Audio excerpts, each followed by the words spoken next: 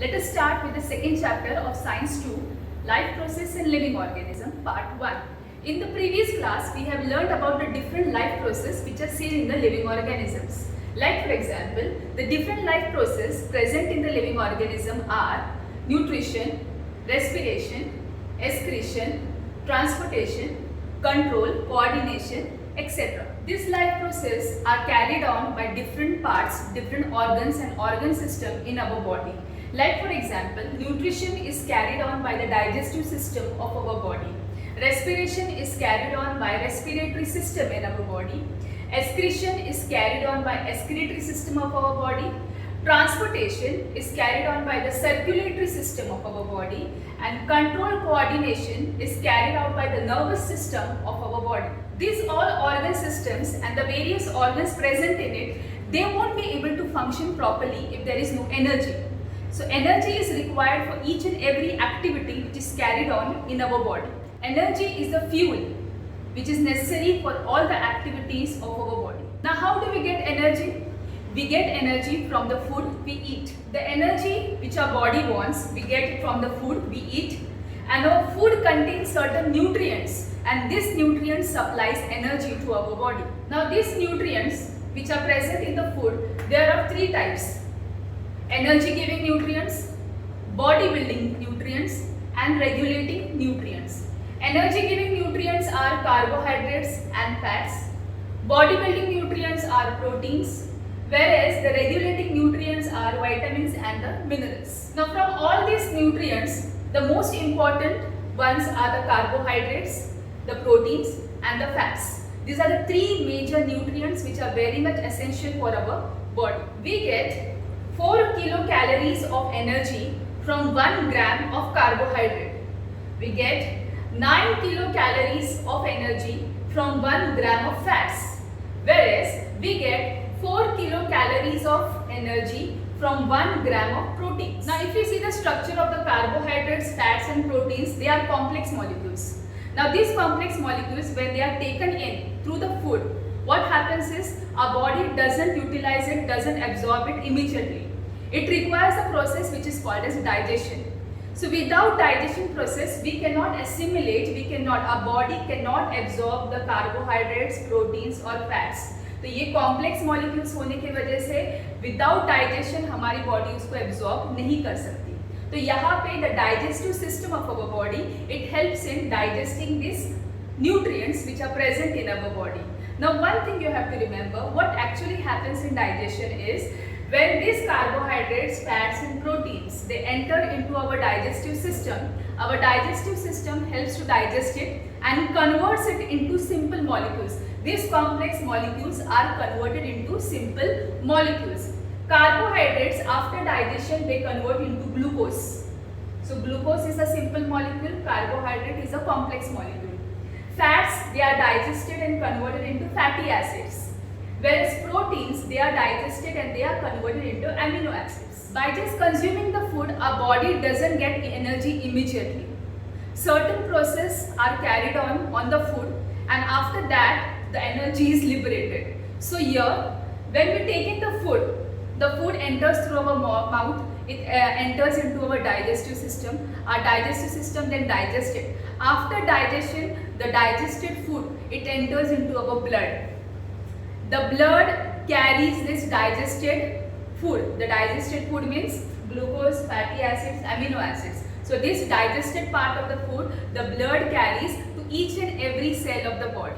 So here the digestive system is assisted by the circulatory system to carry the digested food to each and every cell of our body, because each and every cell of our body requires energy.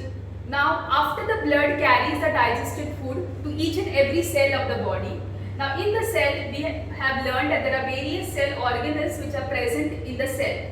The cell has a plasma membrane, there is a nucleus, there are various cell organelles like ribosomes, lysosomes, then there is reticulum, etc. And the important one from the point of view of energy production is mitochondria. Mitochondria, which is also called as a powerhouse of the cell. So here the food which is carried by the blood to the cells, here in the mitochondria the food is oxidized. It is oxidized and then the energy is liberated. Now for this oxidation, what is required is oxygen. Now oxygen, how will the cell get? The cell will get the oxygen through the process of respiration. So here you can see the different systems in our body, they are interlinked, they are interconnected. Digestive system is connected to circulatory system is connected to respiratory system, because unless and until we take through respiration we take the oxygen will not be supplied to the cell, and if the oxygen is not supplied to the cell, the oxidation of the food will not take place, and if the food is not oxidized, the energy will not be liberated. Now we get an idea that respiration is also an important life process without which the energy liberation process will not be completed. So food we eat. After the food is eaten, it is digested. After it is digested, it is carried to each and every cell of the body by the circulatory system.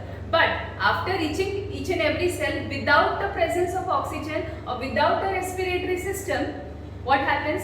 This particular process will not get completed. Which process? The process of energy liberation from the food will not be completed. अभी respiration दो types के होते हैं, एक है external respiration और दूसरा है internal respiration. External respiration is also called as breathing. Breathing में lungs involved होते हैं. We inhale and we exhale. We inhale oxygen and we exhale carbon dioxide. So this process of exchange of gases from the lungs, it is called as breathing, or it is also called as external respiration. Now after the oxygen is taken in the lungs, from the lungs the oxygen is absorbed by the blood and then it is carried to each and every cell of the body. Now why it is carried to each and every cell of the body? It is carried to each and every cell of the body because in the mitochondria the process of burning of food, or oxidation of food will take place. So here the internal respiration is also called as cellular respiration. Oxygen entering into the cell and carbon dioxide coming out from the cell. So exchange of gases from the cell, it is called as cellular respiration or internal respiration. Now let us take into consideration the definition of cellular respiration. Glucose, a type of carbohydrate, it is oxidized step by step in the cell. It is called as cellular respiration. We know the food which we eat, from that the main energy giving nutrient is carbohydrate. Carbohydrate is digested in our digestive system and it is converted into glucose. Now this glucose, it is carried by the blood to each and every cell of our body. Now after reaching each and every cell of the body, this glucose, which is a type of carbohydrate, it is oxidized. Oxidized का मतलब एक burning process होता है. तो यहाँ पे oxidation process होगा और burning तुम्हें पता है बिना ऑक्सीजन की burning तो हो नहीं सकती. तो यहाँ पे the glucose is oxidized step by step in the cell. This process is called as cellular respiration. Further, this cellular respiration is carried on by two methods. One is aerobic respiration, other is anaerobic respiration. Aerobic respiration is a respiration where oxygen is involved, whereas anaerobic respiration is a respiration where oxygen is not involved, oxygen is absent. So this type of respiration requires oxygen, whereas this type of respiration does not require oxygen. In aerobic respiration, there are three steps through which the energy will be liberated. The three steps are glycolysis, Krebs cycle, electron transfer reaction. So by these three steps, the energy will be liberated. Whereas in anaerobic respiration, there are two steps involved. One is glycolysis and the second is fermentation. Now we begin with an important section of this chapter, which is called as steps in aerobic respiration. There are three steps in aerobic respiration. One is glycolysis, second is Krebs cycle, and the third is electron transfer chain reaction. Let us learn them one by one. The first one is glycolysis. Glycolysis is also called as EMP pathway. This step was discovered by three scientists, Gustav Mendel, Otto Meyerhof, and Jacob Parnas. Now this trio, they had discovered this step of glycolysis in the cells. That is why this particular glycolysis step is also called as EMP or Mendel-Meyerhof-Parnas pathway. Now what is glycolysis? Glycolysis is a process in which oxidation of glucose takes place in the cytoplasm for releasing of energy. I repeat once again, glycolysis is a process where oxidation of glucose takes place in the cytoplasm of the cell. So here the process of glycolysis takes place in the cytoplasm. In the cell there is the nucleus and the liquid which is present in the cell is called as cytoplasm. So this process of glycolysis, it takes place in the cytoplasm and not in the mitochondria. Outside the mitochondria, this glycolysis step takes place. Now as this glycolysis step takes place in the cytoplasm of the cell, this step does not require oxygen. So as oxygen is not required, this step is common in aerobic respiration as well as anaerobic respiration. Now let us understand the step of glycolysis in detail. Step number 1, in glycolysis, the very first thing happens is one glucose molecule, it is converted into these 4 products. Now this glucose molecule is a 6 carbon compound. There are 6 carbon present in the glucose. If you remember the formula of glucose, C6H12O6. So it is a 6 carbon molecule. ये glucose molecule जब cytoplasm में जाता है तो यहाँ पर in the cytoplasm it is oxidised step by step. It is broken down into this 4 products. 2 molecules of each, 2 molecules of pyruvic acid, 2 molecules of ATP, 2 molecules of NADH2 and 2 molecules of water are formed. Pyruvic acid is a 3 carbon compound. So here a 6 carbon compound is converted into a 3 carbon compound which is called as pyruvic acid. ATP means adenosine triphosphate. These are the energy molecules in the cell.